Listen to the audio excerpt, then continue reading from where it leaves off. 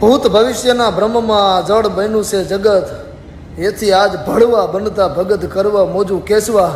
સાધુના વેશનો સંતનો વેશનો ફાયદો ઉઠાવી અને એ ઘણાય સંતના વેશમાં શેતાન છુપાયેલા બેઠા છે.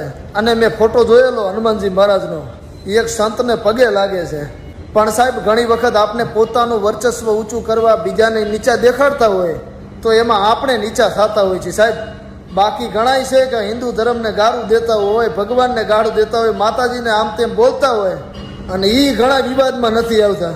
અને પાછા એવા મેં જોયેલા છે, એવા રીલ્સું બનાવે છે કે આ બોધું જાણી આ સંપ્રદાય કાંઈ કરવાનો નથી, મારકૂટમાં આ માનતા નથી.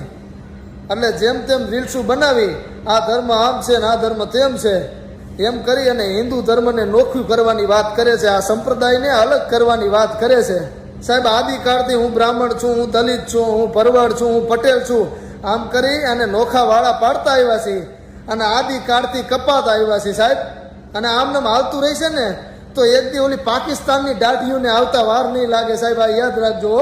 અને આ તો સાહેબ દાડો હનુમાન છે, ખટકીએ ગ્રાસ ત્રિભુવન ખાય, એક કોડીએ બ્રહ્માંડને ખાઈ જવા વાળા રાક્ષસોએ હનુમાનજી સામે વડ નથી લીધી. અને આજકાલના સાહેબ હાલી નીકળ્યા છો જેમ તેમ બનાવી અને હનુમાનજીને નીચા દેખાડવા, આવી રીતના ભાગલા પાડી નહીં અને આવી રીતના ઊંચ નીચ નહીં અને એકતામાં રહ્યો ને તો જ તમારું